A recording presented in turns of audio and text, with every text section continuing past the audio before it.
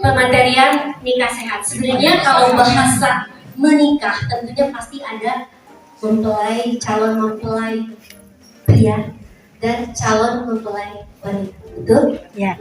Konteks nikah sehat ini harus lebih diutamakan kepada siapa sebenarnya? Iya, calonnya kepada siapa sebenarnya? Apa laki-laki atau perempuan? Dua-duanya.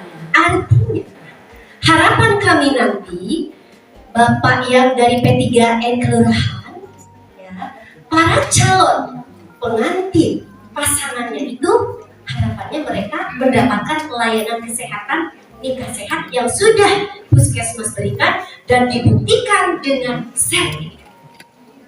Oke, baik. Nah, tadi saya sudah katakan Bu, Pak, bahwa betul kehamilan tidak dikehendaki.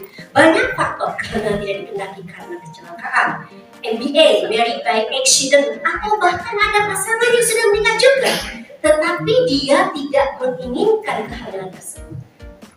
Tapi yang kami soroti di sini adalah kehamilan tidak dikehendaki yang terjadi pada usia remaja. Di mana naik usia tadi berapa? 12 sampai 17, bahkan punya anak SMP SMA aja. Di sini terdapat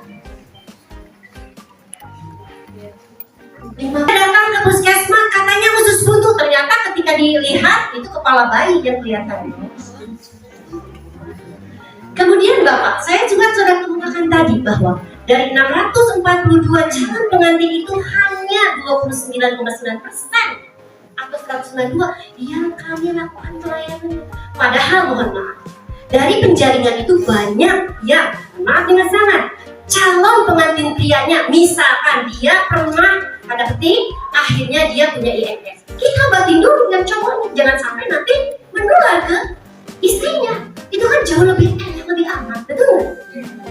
Kemudian yang perempuannya kadang-kadang punya penyakit tertentu, kita obatin dulu. Itu pentingnya. Mengapa calon pengantin wajib periksa dulu ke puskesmas untuk mendapatkan pelayanan kesehatan. Dalam hal ini, Bapak Ibu, kami punya mitra UPT PPA. Di sini beliau punya pendamping keluarga. Salah satu tugas pendamping keluarga, betul nggak Bu, adalah membawa calon-calon wanita usia subur, calon pengantin tersebut ke puskesmas. Oleh karenanya, kami akan memberikan pelayanan sesuai standar. Bapak Ibu yang di kelurahan, pendamping keluarga, Ibu kader, yuk pastikan mereka datang dulu ke puskesmas.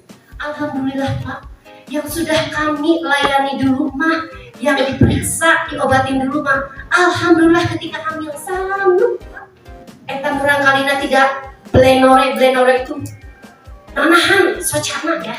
Karena kan penyakit gonore itu, kalau laki-laki punya penyakit gonore misalkan, kena ke istrina, hamil istrina, budakna ngelahirkan lewat perpagina, karena blenore pimuh, unana bisa buka, itu bisa dicegah. Makanya mari kita bersama. Lanjut, sekarang kita berbicara kesehatan reproduksi. Kesehatan reproduksi itu menunjukkan bagaimana kondisi fisik, mental, sosial seseorang dihubungkan dengan fungsi dan proses reproduksinya, termasuk di dalamnya tidak memiliki penyakit dan kelainan dan mempengaruhi kegiatan reproduksi tersebut. Tentunya kalau calon pengantin akan menikah, pasti fungsi reproduksinya akan menjadi fungsi reproduksi yang aktif. Oleh karenanya mereka wajib dipastikan sehat, siap untuk menjadi seorang ibu atau orang tua. Karena salah satu fungsi dari pernikahan itu adalah fungsi reproduksi. Kemudian di sini juga Bapak Ibu, tadi saya sudah kemukakan, kalau yang namanya calon pengantin tersebut tidak kita lakukan dulu pemeriksaan yang terstandar, kemudian dia diketahui memiliki penyakit tertentu, itu bakal berefek ke pasangan dan juga nanti ke anak-anaknya, termasuk kasus tingginya angka keguguran. Ya, keguguran itu tinggi untuk orang-orang ataupun ibu hamil yang memiliki penyakit tertentu. Ya. Kemudian masalah reproduksi ini dapat terjadi sepanjang siklus hidup selama manusia itu ada. Selama manusia itu melakukan perkawinan, Bukan pernikahan ya, beda ya antara nikah dan kawin ya. Perkawinan itu mah ada yang sah, ada yang tidak sah, kemungkinan bisa terjadi reproduksi. Termasuk dalam hal ini adalah anak remaja. Remaja itu masa mencari identitas diri. Dia itu sangat tinggi rasa penasarannya. Apalagi tsunami dari berbagai informasi yang tidak bisa kita jaring, tidak bisa kita saring. Kemudian kemarin hampir 2 tahun belajar lewat online, ujung-ujung blok di HPT ayah halan Saya tanya kepada mereka yang kasus-kasus tadi, alasannya apa? Penasaran Bu, misalnya sekali kapatil langsung kapatil Bu, misal sekali dan penasaran atuh kemana misalnya ada tempat tertentu ya di kecamatan Garut Kota langsung kapatil pengobatan nyalami tadi bisa kapatil gitu. Oke. Kemudian hak reproduksi dan seksual, kita pasangan pasti memiliki hak reproduksi.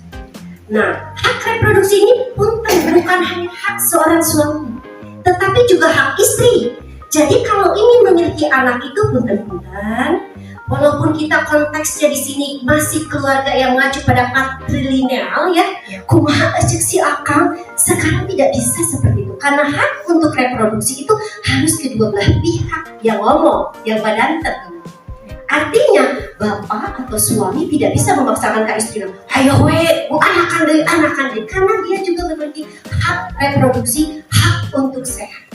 Ingat, secara keilmuan jarak persalinan itu minimal 2 tahun dari persalinan sebelumnya. Lalu normal, tapi lamun anu disesar mah biasa 2 tahun oke. Karena jangan kata dia untuk sehatkan dirinya, untuk sehatkan orang lain, anaknya bisa. Untuk sehatkan dirinya saja dia itu ada tanya. Makanya tolong juga di sini nanti di dalam konseling ada konseling ibu dari PPA itu ditekankan. Kalau seandainya Bapak Ibu, nih Pak Petugas P3R ada yang hariwan budak teh 15 tahun nek dikawinkeun we, enggak apa-apa daripada hariwan, tapi hak reproduksinya diemut heula atuh minimal ditunda hari-harinya. Berpikirnya lebih panjang, lebih jauh untuk kesehatan dirinya anaknya. Secara fisik oke, tapi apakah mental dia siap untuk menjadi seorang ibu? Dan juga resiko untuk bersalin itu luar biasa ketika di bawah usia 20. Apalagi sekarang Pak KUA minimal 19 tahun ya, undang-undang yang baru mah ya kita sok aya wae nu ngeyel gitu katanya. Nah, tidak apa-apa, badai resmi, badai tidak resmi oke, yang penting mah abdi mah hoyong calon pasangan pangantin kesuping kena ke puskesmas. Dajang abdi mah wali tinggal resmi tidak resmi nah asal mah yang penting di pelayanan lah hariwang. Kasus kematian ibu di sini itu sudah 2 Cimuncang, 1 Kota Kulon. Benar, juga karena faktor usia yang masih sangat muda. Itu. Oke, selanjutnya mereka juga harus mendapatkan informasi yang lengkap. Mendapatkan informasi yang lengkap tentunya jangan hanya ngerti, takutnya dapat informasi hoax. Tapi tanyalah kepada orang yang memang profesional di bidang itu. Makanya kami sangat inginkan apa yang ilmu kami miliki sedikit itu bisa diamalkan kepada nanti para calon pengantin yang akan hadir di puskesmas, karena mereka selain diberi pelayanan kesehatan sesuai standar, juga diberikan konseling pernikahan dan lain sebagainya. Laki-laki dan perempuannya hadir datang. Selanjutnya Bapak dan Ibu,